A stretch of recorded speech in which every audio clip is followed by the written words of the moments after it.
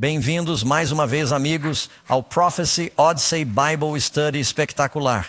Você pode conhecer o futuro, e esta noite será outro exemplo de um estudo fantástico sobre profecias bíblicas, um dos meus favoritos. Estamos muito gratos por estarmos aqui com vocês na cidade de Nova York novamente. Sinto-me muito encorajado pela dedicação daqueles que estão vindo noite após noite. E mais uma vez queremos dar as boas-vindas àqueles que estão assistindo online. Sabemos que há grupos em todo o mundo neste momento que estão ouvindo isso em um dos 14 ou 15 idiomas diferentes, em igrejas, em lares de todo o país, e estamos muito felizes com os testemunhos que estão chegando. O estudo desta noite, e a propósito quero lembrá-lo de que você terá uma cópia dele. Ele trata da profecia do tempo mais longo e você pode fazer o download no site da Prophecy Odyssey. Esperamos que você aproveite toda a série de 15 partes e há uma apresentação bônus em que compartilho o meu testemunho, mas esses estudos realmente o ajudarão a entender os ensinamentos fundamentais de Daniel e Apocalipse. Bem, vamos começar esta noite com um fato surpreendente. E eu gosto de fatos surpreendentes. E aqui está um fato surpreendente. Bem, você diria da história e da ciência. A ponte Hong Kong-Zhuhai é a mais longa travessia marítima do mundo. A estrutura consiste em uma série de 3 pontes estaiadas, um túnel submarino e 4 ilhas artificiais que ligam Hong Kong à China continental. Essa vasta estrutura se estende por mais de 34 milhas, uma ponte com 34 milhas de largura, e atravessa o delta do Rio das Pérolas. A ponte atende a 11 cidades ao redor da Bahia, que abrigam um total de 68 milhões de pessoas. Estive na região, amigos, e quero lhes dizer que há muita gente na China. Por ser uma área de navegação muito movimentada, uma seção dessa ponte colossal mergulha sob a água, permitindo que as barcaças passem, e um trecho de 4 milhas passa por cima da água, permitindo que os navios passem por baixo dela. A estrutura exigiu cerca de 1 milhão de metros cúbicos de cimento para suportar os terremotos e os tufões sazonais. A ponte HZM foi projetada para durar 120 anos e teve um custo estimado de 18 bilhões de dólares. O projeto Mammoth começou em 2009, levou quase uma década para ser concluído, devido a atrasos e preocupações com a segurança. E 19 homens morreram durante sua construção, o que, aliás, é o dobro do número de mortos na construção da ponte Golden Gate. A ponte mais longa do mundo. Quase. Na verdade, a ponte mais longa do mundo é a cruz que liga a terra ao céu. A Bíblia nos diz que Jacó sonhou com uma escada que ia da terra ao céu e que os anjos de Deus subiam e desciam por essa escada. E Jesus disse que essa escada representa a sua vida. Cristo é o mediador. Ele é a escada rolante que possibilita que cheguemos ao reino por meio da cruz. Agora, em nosso estudo desta noite, estudaremos a mais longa profecia bíblica. Algumas pessoas acreditam que a profecia bíblica mais longa seria aquela que começa com a criação de Adão e tem aqueles 3 épicos que tratam de 2000 anos de Adão a Abraão, 2000 anos de Abraão a Jesus, 2000 anos do dia de Jesus até o nosso dia e mais 1000 anos em que vivemos e reinamos com Cristo, 7000 anos, um dia com o Senhor é como 1000 anos. Isso não é realmente uma profecia, é uma espécie de teoria. Vamos falar sobre o que seria a profecia mais antiga que trata da purificação do santuário e vamos falar sobre uma profecia do Antigo Testamento que predisse tanto o nascimento quanto o batismo de Jesus. Você sabia disso? Vamos dar uma olhada no livro de Daniel que trata do santuário na terra e do santuário no céu. Apertem os cintos de segurança, temos muito a estudar. Deus nos dá essas profecias para que possamos estar preparados. E a outra razão pela qual Ele nos dá profecias. Lembrem-se, Jesus disse que quando isso acontecer, vocês saberão que eu sou Ele. Quando Ele prediz coisas e elas acontecem. Dizemos que posso acreditar em Sua palavra e então posso acreditar que Ele pode me salvar. E perdoar meus pecados e que Ele está voltando. Portanto, as profecias existem realmente para aumentar nossa fé. Amém. Sem fé, você não pode agradar a Deus. Pergunta número 1. Vamos direto ao nosso estudo desta noite, pois temos muito a tratar. Vou falar rápido. Tentem não falar muito rápido para que a tradução da IA não os acompanhe, mas vocês precisam ouvir rápido. O profeta Daniel teve uma visão incrível que se encontra no capítulo 8 e no capítulo 9, na qual ele viu um carneiro com 2 chifres. O que esse carneiro representa? Então deixe-me ler para você o livro de Daniel. Vou começar com o primeiro versículo do capítulo 8. No 3º ano do reinado do rei Belsazzar, apareceu-me uma visão. Daniel, depois daquela que me apareceu na primeira vez, eu a tive na visão. E aconteceu que, enquanto eu estava olhando, eu estava em Suzã, a cidadela que fica na província de Elão, e tive a visão, e eu estava junto ao rio Eli. Levantei os olhos e vi que, ao lado do rio, havia um carneiro com 2 chifres, e os 2 chifres eram altos, mas um era mais alto do que o outro, e ele subiu por último. Muito bem, talvez recebamos a visita do carneiro e do bode em nosso estudo desta noite. Lá estão eles, certo? Ouçam o que acontece. A propósito, no capítulo 7 de Daniel, os 4 reinos são descritos por 4 animais impuros: o leão, o leopardo, o urso e esse outro animal carnívoro indefinido. Quando você chega ao capítulo 8 de Daniel, agora há animais limpos. Os pastores lidam com ovelhas, cabras e carneiros. Na verdade, acho que posso pular para as respostas nos slides agora mesmo, e isso nos ajudará a progredir melhor. Qual é a resposta para a primeira pergunta? O carneiro que você viu com 2 chifres são os reis de quem? A Mídia e a Pérsia dizem que um surgiu primeiro, mas o segundo era maior. O reino da Mídia começou primeiro. Se você ler Daniel 6, ele diz no ano do rei Dário, o Medo. Mas mais tarde surgiu Ciro, o persa, e o Império Mediano meio que caiu e o Império Persa ficou muito maior. A pergunta número 2. Em seguida, Daniel vê um bode com um grande chifre entre os olhos. E o que isso significa? Quem é o bode que vemos nessa visão do bode e do carneiro? A resposta é dada em Daniel, capítulo 8, versículos 21 e 22. O bode macho é o reino de quem? É Grécia, e o chifre grande entre seus olhos é o primeiro. É o primeiro rei. E quando ele é quebrado, 4 se levantam em seu lugar. O primeiro rei que surge é o forte Alexandre, o grande. Quando ele morre jovem quando é forte em meio ao seu poder. Ele morre, consegue conquistar o mundo, mas não consegue conquistar a si mesmo. E depois de um banquete de bebedeira, ele fica com febre. Não se sabe se foi envenenamento ou malária, mas ele morre sem nenhum ar realmente forte, e seu reino é então dividido entre seus generais. 4 reinos surgirão dessa nação, mas não com seu poder. Eles não tinham o mesmo poder centralizado que Alexandre tinha. Marchou com seu exército 11.000 milhas em cerca de 10 anos e conquistou os persas.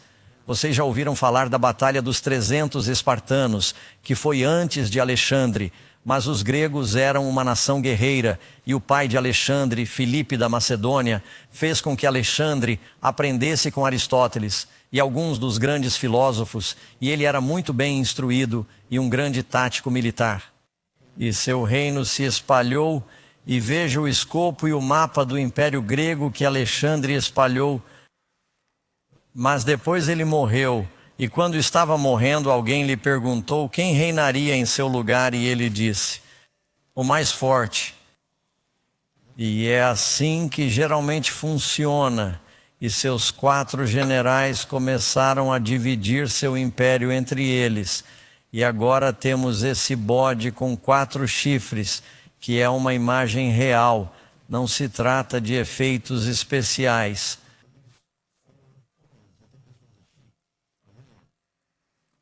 Assim, os 4 chifres representam os 4 generais que assumiram o poder sobre partes do império quando Alexandre morreu, e eles podem ver suas divisões aqui. Havia um que estava bem ao leste e outro ao sul, os Ptolomeus, a Seleucios ao leste e ao norte, Cassiander e Lisímacos. E assim temos essa divisão de seu reino entre esses 4 generais. Agora, eu mencionei que incluía Antíocos, que era até mais tarde, mas na verdade Lisímacos era o número 3.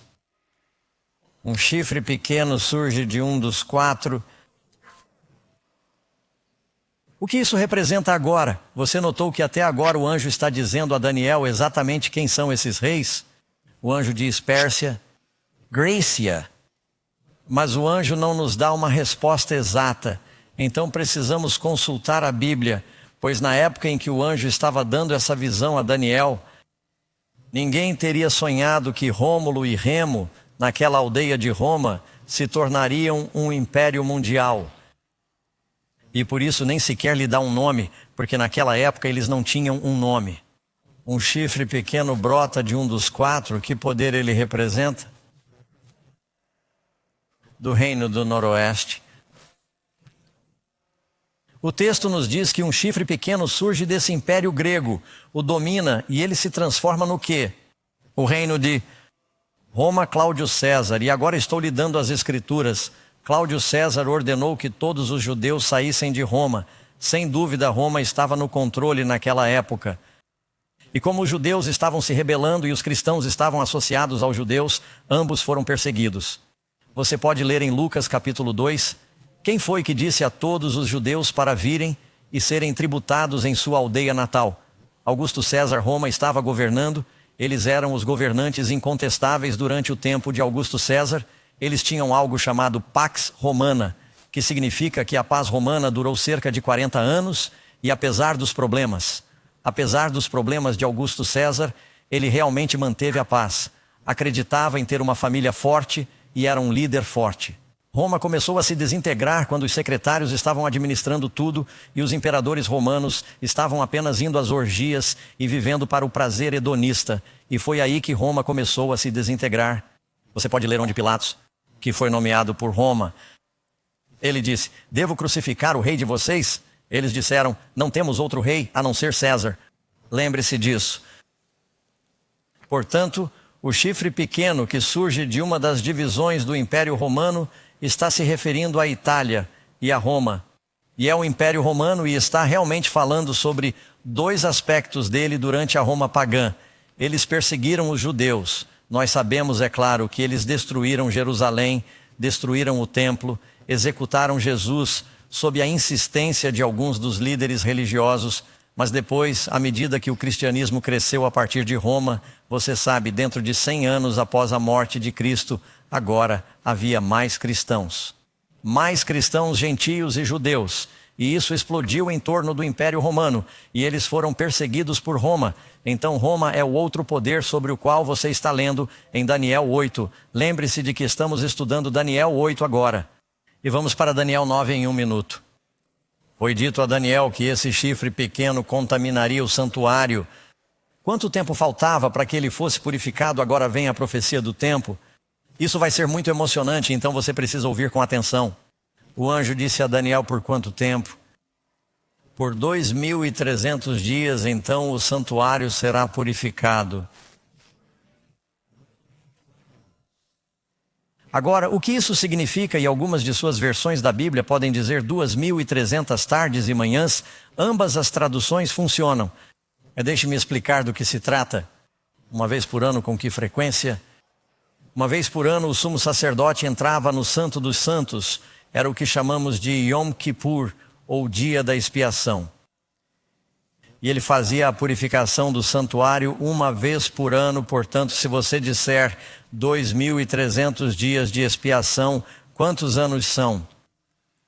Acontece uma vez por ano. São 2.300 anos. Se você simplesmente disser 2.300 dias, se um dia é um ano na profecia, são 2.300 anos, portanto não importa como você o faça, são 2.300 anos com os quais estamos lidando nessa profecia. Quer você diga que há dias de expiação que ocorrem uma vez por ano, ou que são simplesmente dias proféticos, e um dia é um ano na profecia, certo? O que aconteceria? O santuário seria purificado? Isso se refere ao sacerdote purificando o santuário judaico? Não pode ser que tenha sido destruído? Lembre-se de que quando Jesus começou o seu ministério, ele disse ao povo judeu, Tirem as ovelhas, as cabras, as pombas e todos os animais que vocês estão vendendo. Vocês transformaram o templo em um bazar. A casa de meu pai deve ser uma casa de oração para todas as nações. Vocês o transformaram em um covil de ladrões. Ele disse a casa de meu pai, e Jesus ensinava diariamente no templo. A Bíblia diz que vocês se lembram. No final de seu ministério, quando os líderes religiosos rejeitaram seus ensinamentos, ele saiu. Sabe o que ele disse? Sua casa foi deixada para vocês desolada. Aí disse aos discípulos que não adorassem o templo. Em breve não restará aqui pedra sobre pedra. Cristo disse: destruam este templo feito por mãos humanas, e em 3 dias eu o levantarei. E eles disseram que foram necessários 46 anos para reformar o templo. Como vocês vão levantá-lo em 3 dias, mas a Bíblia diz que ele falou de seu corpo. É na ressurreição, quando Cristo ressuscitou, após sofrer por nossos pecados, a igreja nasceu. E você é o templo de Deus. Paulo, pois a purificação do santuário não se refere apenas às pessoas, mas Deus tem um santuário no céu. Você se lembra do estudo de ontem à noite? Moisés construiu o santuário com base no padrão de um santuário celestial, amém, onde Cristo intercede e é nosso sumo sacerdote agora mesmo. A Bíblia diz que ele está à direita do Pai, suplicando, e nunca vive para interceder por nós. Temos um sumo sacerdote fiel, segundo a ordem de Melquisedeque. Jesus é nosso sumo sacerdote no verdadeiro santuário celestial, mas ele tem um santuário na terra. Como o santuário no céu poderia precisar de limpeza? Bem, toda vez que você pecar, quem leva seu pecado? Quantos acreditam que nossos pecados são lavados pelo sangue de Jesus? O que Jesus está pleiteando diante do Pai neste momento? Seu sangue. Nossos pecados sempre estarão no sangue de Cristo, no santuário celestial, ou algum dia serão purificados? A Bíblia não diz que ele virá sem pecado para a salvação quando vier? E quanto ao santuário na terra, ele foi contaminado. O que foi que se contaminou? Veja em Daniel 8, versículo 12, que está na sua tela agora, e lá estará. Por causa da transgressão, um exército foi entregue ao chifre. Esse é o chifre pequeno, o poder da besta, para se opor aos sacrifícios diários. Os sacrifícios diários, quando as pessoas vinham buscar perdão por meio do sangue do cordeiro. E o que aconteceria? O poder da besta diz que você não é perdoado pelo sangue do cordeiro, você é perdoado pelo sacerdote. Você é perdoado pelo poder da igreja, ou pelo papa, ou por qualquer outra coisa. Mas a Bíblia diz que você pode ir diretamente a Jesus. Não precisa ir a um padre para ser perdoado, amém. Você não precisa orar a um santo para ser perdoado. Você pode ir diretamente a Cristo por meio do Espírito Santo, amém. E a verdade seria lançada ao chão.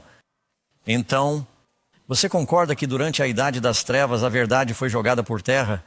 A verdade sobre a salvação ser um dom foi corrompida. A ideia de que podíamos nos dirigir diretamente a Jesus foi corrompida. A ideia de que tínhamos que confessar nossos pecados a um padre não está na Bíblia, ou que os bebês deveriam ser batizados ou iriam queimar no inferno. O limbo não está na Bíblia, nem o purgatório. Deixe-me ler algo para você, e eu realmente não quero ofender ninguém, pois quero enfatizar mais uma vez que há pessoas boas em muitas igrejas. As igrejas ortodoxas, as igrejas católicas são boas pessoas cristãs, mas deixe-me dar um exemplo de algumas das coisas que mudaram quando a igreja abandonou os ensinamentos bíblicos e os substituiu pela tradição. A Bíblia ensina que não devemos nos curvar diante de estátuas, o que é chamado de segundo mandamento. Amém. A Igreja Católica Romana disse que devemos nos curvar diante das estátuas. Você sabia que elas estão lá e vão para o México e para a Espanha? E a Bíblia ensina que todos pecaram, exceto Jesus. A Igreja Católica Romana diz que Maria não tinha pecado. A Bíblia diz que Jesus é o nosso único mediador entre Deus e o homem, 1 Timóteo 2,5. A Igreja Católica diz que Maria é uma comediadora com Cristo. A Bíblia, e onde está isso na Bíblia? E que Maria é nossa comediadora é uma tradição que eles obtiveram da mitologia. A Bíblia ensina que Cristo ofereceu seu sacrifício na cruz de uma vez por todas. A Igreja Romana ensina que toda vez que o padre celebra a missa, ele está ressacrificando Jesus. A Bíblia ensina que todos os cristãos são santos e sacerdotes. Somos um reino, uma nação de sacerdotes. Não lemos isso ontem à noite? Efésios 1, 1 Pedro 2,9. A Igreja Romana diz que os santos e sacerdotes são uma casta especial dentro da comunidade cristã e que o Papa tem o poder de declarar uma pessoa como santa e que devemos rezar para que o Papa Francisco realmente, ele declarou 2 papas como santos em um único evento. Em um único evento.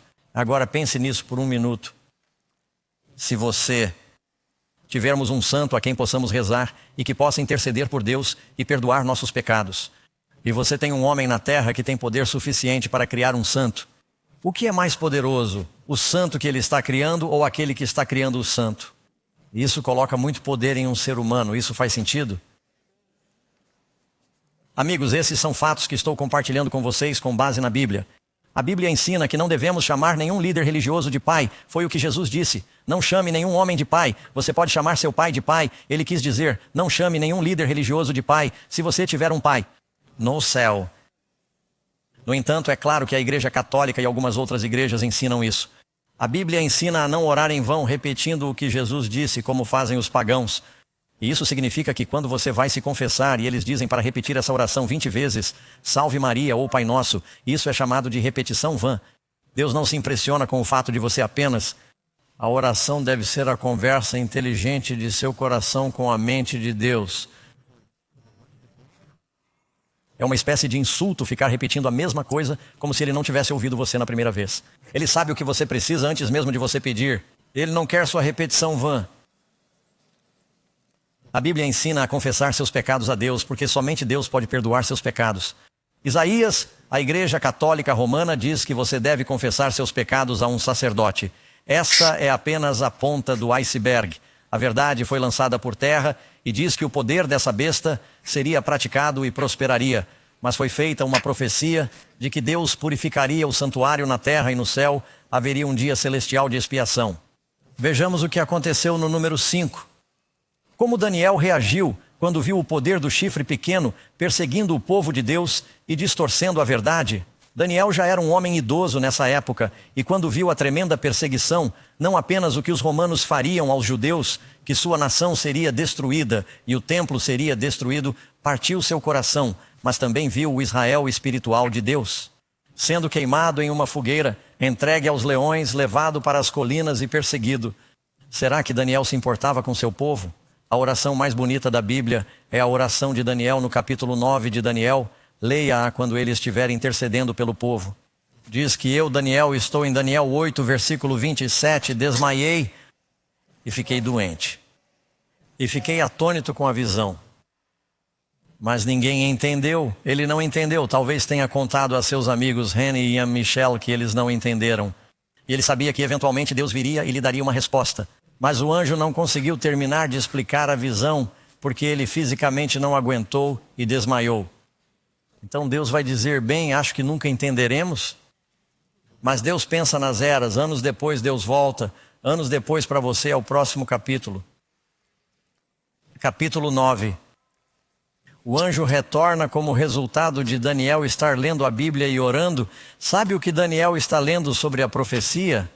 Daniel estava lendo a profecia de Jeremias que dizia que depois de 70 anos o povo de Deus voltaria para casa e ele disse, Senhor, já se passaram 70 anos, quando o Senhor vai responder a essa oração? Quanto tempo o Senhor vai durar com o seu povo? Quanto tempo falta para o Messias chegar? Esse é o conteúdo e o pensamento da oração dele. E Gabriel chega e diz, Daniel, quando você começou a orar, eu saí do céu. E aqui estou eu no final de sua oração, os anjos vão muito rápido. Fizeram todo o caminho do céu para a terra sem serem parados e receberem uma multa. Porque não há polícia rodoviária que possa pegar um anjo. E no capítulo seguinte, o anjo retorna para completar a profecia. Quanto tempo foi o período adicional incluído na visão? Vá para a sua Bíblia, temos que ler isso. Daniel, capítulo 9. E não podemos ler o capítulo inteiro, não conseguiremos concluir o estudo. Mas quero que você pule para o versículo 25. E ele diz aqui. Vamos ver sim, vá para o versículo 22. E ele, o anjo, me informou e falou comigo e disse, ó Daniel, eu vim agora para lhe dar habilidade e entendimento no início de sua súplica. A ordem foi dada e eu vim para lhe dizer, pois você é muito amado, portanto, considere o assunto e entenda a visão. Oh, espere. Que visão? Daniel 9 não tem visão. Ele está dizendo que eu venho para lhe dar entendimento na última visão do capítulo 8, que é a única outra visão que existe. Você comigo? Diz que eu vim para lhe dar entendimento na visão que significa a visão anterior, 70 semanas. Estão determinadas para seu povo. Agora, quantos dias há em uma semana? 7. 70 vezes 7 é quanto? 490. Dizendo que estou dando mais 490 anos para que seu povo complete sua missão e apresentar e introduzir o Messias ao mundo. O Messias viria por meio da nação judaica, a sede de Abraão. E a propósito, Pedro foi até Jesus e disse: quantas vezes devo perdoar meu irmão? 7 vezes? E Jesus disse: não digo a você 7 vezes, mas 70 vezes 7. Um símbolo da misericórdia de Deus e o número exato que Deus havia dado a Daniel, e quanto mais misericórdia ele daria à nação judaica para completar sua tarefa, ok.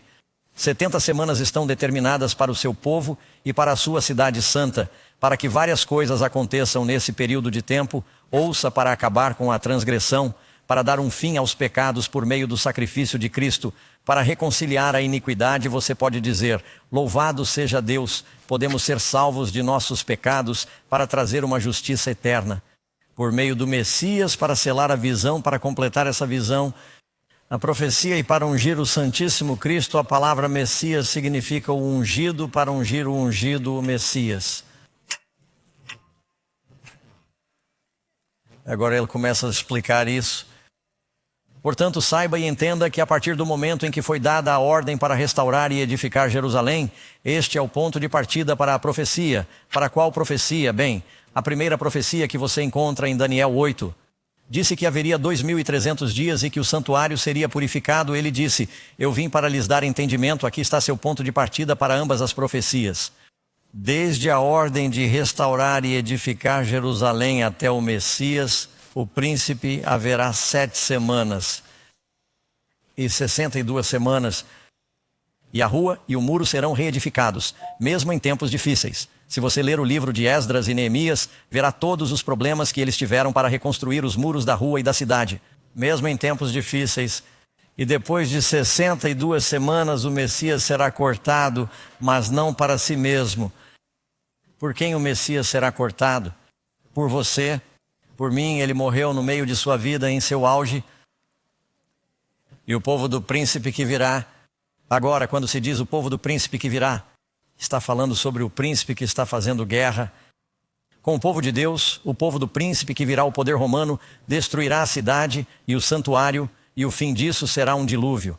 Até o fim da guerra serão determinadas desolações, que é a abominação da desolação. Agora ele está voltando ao assunto no versículo sobre o Messias. Então ele, o Messias, confirmará na aliança com muitos por uma semana, mas na metade da semana ele dará um fim ao sacrifício e à oferta, e sobre a asa das abominações será derramado sobre o desolado aquele que faz a desolação, até que a consumação determinada seja derramada sobre o desolado. E acho que vai fazer mais sentido agora. Ok, vamos ler a passagem. Quanto tempo o anjo disse a Daniel que estava determinado ou cortado para que o povo de Deus, a nação judaica, fizesse seu trabalho mais importante? 70 semanas. Quantos dias há em 70 semanas? 490 na profecia. Quanto tempo é isso? 490 anos. 70 semanas determinadas para seu povo. O anjo Gabriel explicou que daria à nação escolhida mais 400 anos. Eles puderam voltar à terra, reconstruíram a cidade e os muros, em tempo sem problemas, e isso levou cerca de 49 anos. Por isso diz que haveria mais 7 semanas em que isso aconteceria. E eles deveriam apresentar e proclamar o Messias ao mundo número 7. Qual é o ponto de partida tanto para a profecia dos 2.300 dias, quanto para a profecia das 70 semanas? Há apenas um ponto de partida que é dado. Resposta em Daniel 9, versículo 25.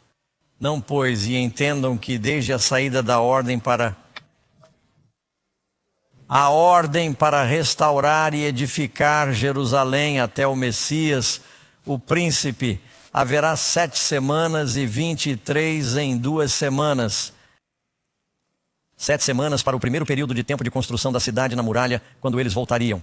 Com a permissão e o apoio do rei persa, ele na verdade ajudou a subsidiar a construção. E depois diz que até o príncipe Messias haverá 7 semanas e 62 semanas. Portanto, 7 semanas mais 62 semanas são quantas semanas? 69 semanas. Mas a profecia dizia que haveria 70 semanas. Quantas semanas estão faltando? Um 70 menos um 69, todos os contadores aqui dizem, ok, Doug, acelere, nós acertamos. Só quero ter certeza de que sou um aprendiz lento e demorei um pouco para entender isso, amigos. Eu literalmente estava pulando para cima e para baixo porque disse, uou. Jesus veio na hora certa, na primeira vez exatamente como foi predito. Então, quando foi decretado que se seguiria em frente e se construiria Jerusalém, isso está em suas Bíblias, louvado seja Deus, está em Esra capítulo 7. Deus de fato colocou isso lá e também está na história. O papiro elefantino dá forte apoio à nossa conclusão. O decreto de Artaxerxes foi emitido e executado no ano de 457 a.C. Ok, esse é o ponto de partida. Houve vários decretos dados por vários reis que permitiram que eles voltassem, que permitiram que eles reconstruíssem as muralhas, mas o decreto principal e definitivo foi de Artaxerxes, 457 a.C. Como podemos decifrar o código? Há um código de tempo aqui. Aprendemos que há 2.300 dias em Daniel capítulo 8. Depois há outros 490 dias no capítulo 9. Essas profecias se sobrepõem e têm um ponto de partida. O que significa um dia na profecia? Ah, não. E como eu disse, no capítulo 8 de Daniel está escrito 2.300 tardes e manhãs, 2.300 dias de expiação. A propósito, o dia da expiação está chegando para nós. Agora mesmo, se você não sabia disso, estou lhe dando 3 versículos aqui. Tire uma foto da tela e procure por si mesmo. Também está na lição para aqueles que estão assistindo online. Você pode baixá-la em prophecyodyssey.com, Ezequiel 4:6, números 14 e 34, e Jesus em Luke 13:32. Eles vieram a Jesus e disseram que é melhor você se esconder de Herodes. Ele matou João Batista. Ele virá atrás de você. Em seguida, Jesus disse, vá contar a essa raposa, eu ensino e faço curas e expulso demônios hoje. Amanhã e no terceiro dia eu estarei completo. Jesus disse isso 6 meses após o início de seu ministério. Ele não pregou mais 3 dias, ele pregou mais 3 anos. Cristo fez uma profecia, ele usou 1 dia para 1 ano. Você pode dizer amém? Portanto, se você está seguindo Jesus, está seguro. Você tem 2.300 dias, tudo bem. Então, a primeira coisa que você percebe é o ponto de partida para a profecia de 490 anos, porque ela vem em primeiro lugar. Se você passar 490 anos a partir de 457 a.C., chegará a 34 d.C. O que aconteceu então, não vou lhe contar ainda, fique comigo. Porque você perceberá que o anjo então cortou. Ele dividiu essa profecia de 490 anos. Primeiro ele disse que haveria 7 semanas, e esse foi o tempo em que eles construíram o muro na rua nos tempos de angústia. E depois haveria outras 62 semanas, 7 semanas e 62 semanas, ou seja, 69 semanas, para ungir o Santíssimo, o que aconteceu em 27 de agosto. Veja, 69 semanas. Tem 483 anos, vocês podem ver na tela, todos vocês podem ver? Vocês estão comigo. 483 dias, um dia é 1 ano. 4,57. Se vocês passarem 483 anos, chegarão a 27 anos. O que aconteceu em 27 anos? Pergunta número 8. O anjo disse que ao contar 69 semanas a partir de 457, chegaria o Messias, o príncipe. Isso aconteceu? Isso significa que o Messias, o príncipe, começou o seu ministério como o Messias, o ungido. O que aconteceu? Atos capítulo 10, versículo 37. Essa palavra você sabe que depois do batismo que João pregou como Deus, qual é a palavra? Ungiu Jesus de Nazaré com o Espírito Santo e poder. Quando ele saiu da água, o Espírito Santo desceu como uma pomba e ele começou sua pregação e seu ministério de ensino depois de retornar do deserto da tentação. Amém. Quando foi essa época? Sou muito grato ao Dr. Lucas, que escreveu o livro de Lucas e que era um excelente teólogo. Se você ler Lucas, verá que ele nos dá 6 pontos de referência na história. Ele nos conta sobre Pôncio Pilatos, ele nos conta sobre Tibério César, ele nos conta em que ano, ele nos conta quem está reinando, Filipe e Trixonites. E ele nos conta todos esses pontos históricos. E então, ele nos conta que Jesus tinha 30 anos de idade, porque ele tinha idade suficiente para ser batizado. É uma das datas mais bem estabelecidas e documentadas da história, não precisa se confundir. 27 de Cristo. Foi a única vez na história em que a vida desses sumos sacerdotes se sobrepôs à de Tibérios, Caesar, Pôntios, Pilato e Herod. E a todos esses eventos que estavam acontecendo, todas as estrelas se cruzaram exatamente em 27 tempos de Cristo. O profeta Daniel disse: se você passar 483 anos depois de 457, o decreto, o Santíssimo está ungido, você sabe o que isso significa? A eles não apenas sabiam quando ele começaria seu ministério, mas se você soubesse que ele não poderia começar seu ministério até que tivesse idade suficiente para servir como sacerdote ou rabino, o que era 30 anos de idade, você poderia contar 30 anos para trás e descobrir quando ele nasceria. É por isso que os pastores estavam procurando por ele. É por isso que Simon, no templo, diz que Deus me mostrou que eu não morreria até que visse a salvação de Deus quando Joseph e Maria trouxessem o bebê ao templo. Tudo aconteceu na hora certa. Portanto, eu acho que estamos começando a decifrar o código aqui para o batismo de Jesus. Mas então você tem mais uma semana que é adicionada, porque você ainda tem um total de 490 anos. O que acontece então? Veja que aqui diz que Jesus é batizado. Você tem mais uma semana. Jesus veio a Galiléia pregando o evangelho do reino.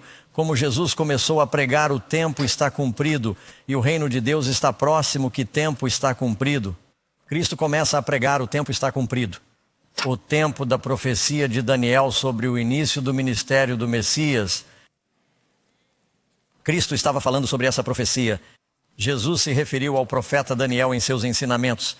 O reino dos céus está próximo, arrependam-se e creiam no Evangelho número 9, o que aconteceria em seguida na profecia. Ela dizia que no meio desta última semana, antes de chegarmos a 34 deste Cristo, a metade do caminho entre as 7 é o quê? 3,5, certo? Quanto tempo Jesus pregou? 3 anos e meio. 3 anos e meio depois de pregar, ele fez cessar o sacrifício. Diz que depois das 62 semanas e das 7 semanas, que são 69 semanas, o Messias será cortado. Mas não para si mesmo. Ele confirma a aliança com muitos por uma semana. Agora, como isso funciona? Ele é cortado no meio da semana, mas confirma a aliança com muitos por uma semana. Amigos, tenho que lhes dizer algo aqui. Ouçam com atenção. Entre os cristãos, há uma grande divergência sobre o significado desse versículo. Bons cristãos, mas vocês precisam entender isso corretamente. Há muitos cristãos evangélicos que ficaram para trás, acham que aquele que está confirmando a aliança é o anticristo. Nós estamos dizendo, não há nenhum exemplo do anticristo fazendo um pacto com ninguém. Foi Cristo quem fez um convênio com seu povo. E no meio dessa última semana ele cortou. Portanto, temos que entender isso direito. Veja quanto tempo você pode ficar nisso. Eles acham que o anticristo virá e que reconstruirão esse templo físico e que na metade do período de 3 anos e meio, todas essas coisas acontecerão e todo esse cenário é muito diferente do que os protestantes costumavam acreditar. Após as 69 semanas, ele faz com que o sacrifício cesse porque ele morre. Eu lhe dei a última resposta no meio da semana. Ele põe um fim ao sacrifício 3 anos e meio depois que Jesus está pregando. Você percebe que quando Jesus começou a pregar, ele não disse aos seus discípulos para irem ao mundo. Não. De fato, os gentios vieram a ele. Ele disse, desculpe, mas fomos enviados às ovelhas perdidas da casa de Israel, porque Daniel disse que ainda há mais 7 anos para a nação judaica. Vamos compartilhar o evangelho exclusivamente com eles para que estejam preparados para pregá-lo a todos, porque Jesus escolheu 12 apóstolos judeus? Não poderia ele ter escolhido alguns gentios e os lançado no meio, pois ainda não era hora? Certo? Diz que eles são os que devem proclamar o Messias, a semente de Abraão. Portanto, Cristo morre na cruz exatamente 3 anos e meio depois, no meio da última semana. Nossa Páscoa é um sacrifício por nós. Mas os discípulos não foram imediatamente para os judeus. Jesus disse: esperem em Jerusalém até receberem o Espírito Santo. E não quero que vocês sigam o caminho dos gentios, quero que preguem as ovelhas perdidas da casa de Israel. Eles receberão primeiro. Paulo não diz primeiro para os judeus e depois aos gentios. E por quê? Porque eles precisavam de menos trabalho, já tinham o histórico, tinham as escrituras, estavam esperando o Messias e eram bons pregadores. Se é que posso dizer isso. Sou apenas meio judeu, desculpe-me. Então, 3 anos e meio se passaram. Algumas pessoas pegam esses últimos 3 anos e meio, ou essa última semana, e os separam dos 490 anos, e os colocam perto do fim dos tempos, e falam sobre 7 anos de tribulação. Quantos de vocês já ouviram falar de 7 anos de tribulação? Mostre-me na Bíblia onde está escrito 7 anos de tribulação. Eles podem ter entendido isso porque havia 7 dias quando Noé estava na arca e a vida continuava do lado de fora, e eu não sei de onde eles tiraram isso, mas não há nenhuma declaração que diga 7 anos de tribulação. Eles tiram essa última semana da profecia de Daniel, rasgam-na e a colocam no ar e dizem que não sabemos quando vai começar de novo, mas não há nenhum exemplo na Bíblia de separar uma profecia de tempo como essa e colocar a última semana onde você quiser. É tudo uma profecia só, amigos. Tudo bem, ouça o que está escrito aqui. Jesus disse a seus discípulos que concentrassem sua pregação primeiro em que grupo? Ele disse: não sigam o caminho dos gentios, mas vão antes às ovelhas perdidas de quem é a casa de Israel. Nos 3 anos e meio seguintes, eles pregaram exclusivamente aos judeus, até que Pedro teve uma visão em 34 depois de Cristo no telhado, orando para que ele fosse agora aos gentios. Quando isso aconteceu? 70 semanas estão determinadas para o seu povo, para a cidade santa, para terminar a transgressão e dar fim aos pecados. Agora observe o seguinte: como eles puderam ver que Jesus morreu e ascendeu ao céu? Porque diz que ele confirmará a aliança com muitos por 1 semana. Ouça, se você entender isso, faz sentido. O que faremos com os últimos 3 anos e meio? Hebreus capítulo 2, versículo 3 é a sua resposta. Como escaparemos se negligenciarmos uma salvação tão grande que nos primeiros 3 anos e meio começou a ser falada pelo Senhor em pessoa e foi confirmada usando a mesma palavra de Daniel por aqueles que o ouviram? Jesus disse: como o Pai me enviou aos apóstolos, disse: não, eu os envio. Eu fui e confirmei a aliança por 3 anos e meio. Eu morri na cruz, o véu do templo foi rasgado, eu fiz com que o sacrifício cessasse. Eu sou agora o Cordeiro de Deus, mas vocês devem confirmar a aliança por mais 3 anos e meio, o que aconteceu exatamente 3 anos e meio depois. Stephen é pedra, leia Atos capítulo 7. Stephen, que foi o primeiro mártir, prega perante a Suprema Corte Judaica que os líderes da nação teriam sido salvos por Jesus. Ele disse: estou lhe dando mais tempo. Ele fez um apelo poderoso, disse: vejo os céus abertos, vejo Cristo, Ele é o Messias. E sabe o que eles fizeram? Taparam os ouvidos. O que significa um juiz tapar os ouvidos? E rangeram os dentes e o levaram para fora da cidade, assim como haviam levado Jesus para fora da cidade 3 anos e meio antes. Ou o executaram sem o benefício de um julgamento. E as roupas foram colocadas aos pés de Saulo, assim como as roupas de Cristo foram jogadas. E Stephen disse: Pai, perdoe-os, não lhes impute esse pecado, assim como Jesus disse: Pai, perdoe-os, eles sabem o que fazem. É uma repetição do que aconteceu por meio de Cristo, mas agora acontece por meio de um apóstolo. Isso foi em 34 de Cristo, e você sabe quem estava assistindo a essa execução. Paulo. E diz um grande ato, capítulo 8, uma grande perseguição se levantou em Jerusalém, e os judeus foram espalhados por toda parte pregando. E no capítulo seguinte, Paulo se converte e se torna um apóstolo dos gentios, 34 depois de Cristo. O evangelho explode entre os gentios por meio de Pedro e Paulo. 3 anos e meio, Jesus confirma 3 anos e meio. Os apóstolos confirmam para os judeus. Stephen é executado, os judeus como nação rejeitaram o evangelho, e é por isso que Jesus disse: ai de vocês, o templo será destruído, o príncipe está chegando, ele irá. A abominação da desolação vai acontecer. A propósito, isso também está acontecendo novamente no futuro número 11. Quem é a nação escolhida de Deus? O reino de Deus, disse Jesus, será tirado de vós e dado a uma nação que dê os seus frutos. Os judeus ainda podem fazer parte dessa nação escolhida, sim, mas os gentios podem fazer parte dessa nação escolhida? Nós, judeus e gentios, somos enxertados na mesma árvore e Jesus é o único Messias para judeus e gentios. Não há outra escolha, amigos. Amém. Há apenas um nome dado entre os homens pelo qual devemos ser salvos. Ele não é um judeu que o foi exteriormente, mas é um judeu que ganhou o quê? Interiormente. Número 12, de acordo com o anjo que falou com Daniel, que evento final daria início ao fim dos 2.300 anos. Ok, agora todos entendem que cobrimos a profecia de 490 anos. Chega ao ano 34 de Cristo. O Messias foi apresentado. No Pentecostes, os judeus anunciaram o Messias ao mundo e durante a crucificação ou a perseguição, eles anunciaram o Messias ao mundo. O que acontece a seguir, vamos agora para Daniel 8. Ele diz que o santuário será purificado, você ainda está comigo? E tudo bem. Ele me disse que durante 2.300 dias o santuário será purificado. Purificado de quê? Cristo, nosso sumo sacerdote, os pecados de todos que já pecaram, Ele está carregando nossos pecados, Ele é o portador do pecado, Ele está no templo do céu como nosso sumo sacerdote. E Ele tem um santuário na terra. Você é o santuário dEle. Amém.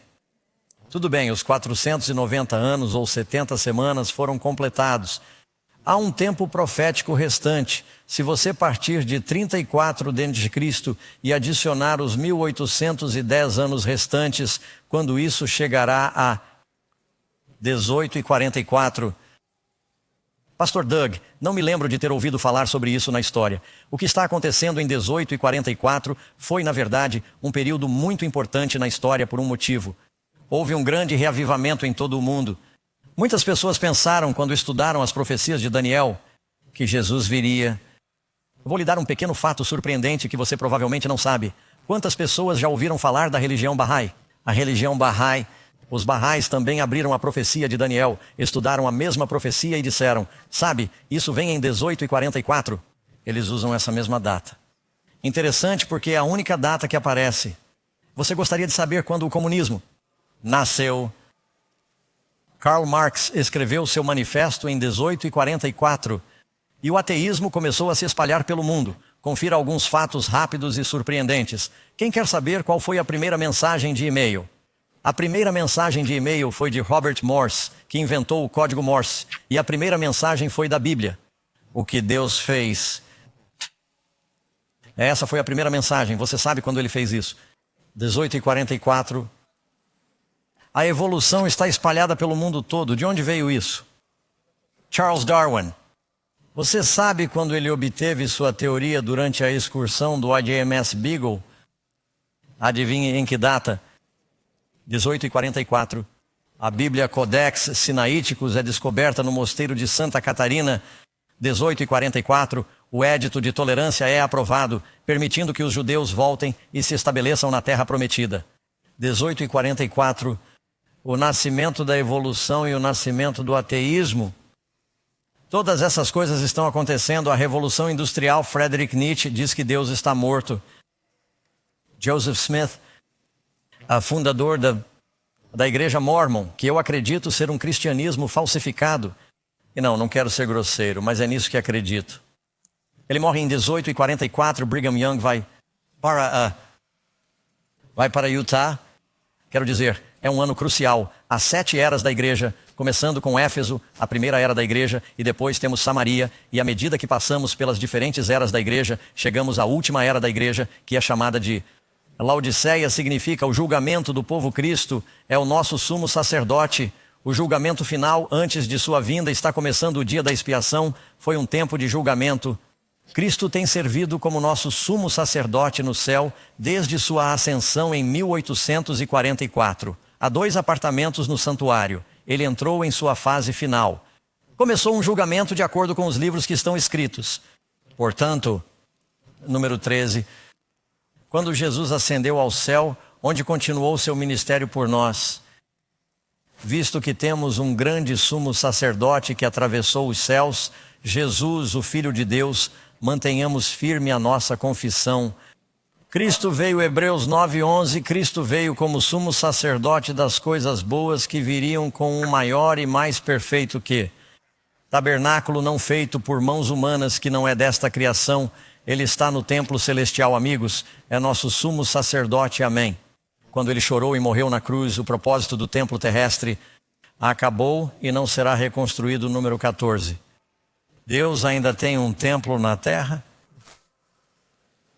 O que diz Efésios 19, as casas de Deus foram edificadas sobre o fundamento dos apóstolos e profetas, sendo o próprio Jesus Cristo a principal pedra angular, no qual todo o edifício bem ajustado cresce para o bem.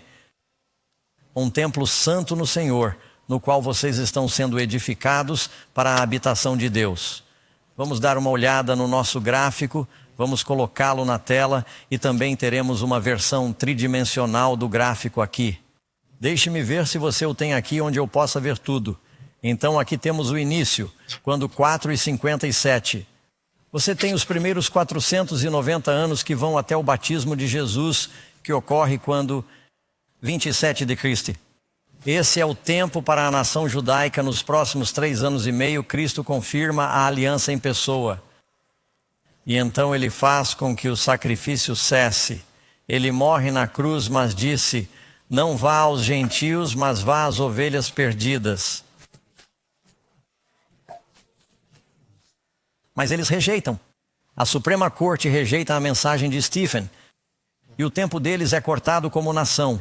Agora o evangelho está espalhado por toda parte, mas ainda temos tempo para a purificação do santuário. A igreja de Deus seria lançada por terra. A verdade seria lançada por terra. Agora, se você for esse período de tempo restante, que 810 anos, 483 anos, não estou me enganando, 10 anos você chega ao tempo. 18:44, você sabe o que mais aconteceu em 18:44 junto com Karl Marx e Charles Darwin e todas essas coisas que estavam acontecendo naquele ano, a última fase da igreja. Deus começou um movimento em que os cristãos deixaram de lado suas diferenças e disseram: por que a igreja cristã está tão dividida? Deus disse: todos saberão que vocês são meus discípulos pelo amor que tiverem uns pelos outros. Um rebanho, você sabe que quando Jesus vier, você terá 2 grupos. A marca da besta e o selo de Deus, não percam o sábado de manhã, estamos estudando isso. A marca da besta e o selo de Deus, o que vai acontecer antes da vinda de Jesus, vai haver um abalo no cristianismo e vai haver um reavivamento. E o povo de Deus vai voltar para a palavra de Deus e o santuário vai ser limpo dos falsos ensinamentos da idade das trevas. Em 18:44, Deus iniciou um movimento que é a igreja protestante que mais cresce no mundo hoje e é chamada de Igreja Adventista do Sétimo Dia, amigos, e está se espalhando por todo o mundo, porque está chamando as pessoas que amam a Bíblia de volta para a Bíblia, mesmo que não seja popular. Jesus nunca disse que ela seria popular. Ele disse que a verdade os libertará. Essa profecia tem tudo isso delineado. Ele está agora limpando o templo no céu, ele ainda não terminou. Quando ele terminar e Miguel se levantar, haverá um tempo de angústia como nunca houve. E louvado seja Deus, ele não terminou a limpeza na terra. Amém? Ou você e eu estaríamos em apuros. Mas um dia a lavanderia fechará. Precisamos tirar proveito do sangue de Cristo agora, amigos. Vocês podem dizer amém? Em 1844, quando Jesus, nosso sumo sacerdote, começou a purificar o templo celestial, teve início um avivamento, um movimento fenomenal. As pessoas em todos os lugares começaram a se voltar. Cristo está vindo para uma igreja que está voltada para as doutrinas que uma vez foram entregues aos santos. Eles não vão guardar 9 ou 8 mandamentos. Você não terá um desconto de 20 ou 10%, pode dizer amém? O diabo vai ficar zangado com a igreja que guarda os mandamentos de Deus e tem a fé de Jesus. Número 15. Que aspecto singular de seu ministério redentor Jesus iniciou para a sua igreja em 18:44. Chegou o momento em que o julgamento deve começar. E na casa de Deus os nomes daqueles que afirmaram ser cristãos serão verificados antes de serem admitidos. Os anjos querem ter certeza de que antes de voltarmos, não causaremos os problemas que Lucifer causou, amém? E há um julgamento em andamento. Vocês não sabem que Salomão diz que Deus trará a julgamento toda obra e toda coisa secreta, amigos? Quero meus pecados sob o sangue. Não quero que vocês saibam de minhas coisas secretas. Podem dizer amém? Portanto, tenho que me apressar até o fim. Há boas notícias aqui para você. Jesus é nosso sumo sacerdote no céu.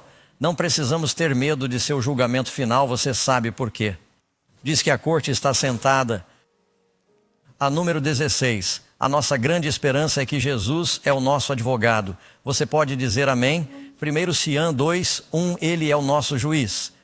Se você for ao tribunal e tiver o melhor advogado de defesa, ele é seu juiz, ele é seu amigo, ele é sua família e ele é sua testemunha, você está em boa situação. Se você temer a Deus, não terá medo de mais nada se não temer a Deus. Terá medo de tudo o mais quantos querem entregar seus corações a Cristo esta noite, amigos, fazer parte de seu povo. Deus os abençoe. Quero que orem com seus grupos quando sairmos do ar. Estarei orando aqui em Manhattan com o nosso grupo local e não percam o nosso próximo estudo amanhã de manhã. Falaremos sobre a Babilônia e os Requintenfor amanhã à noite.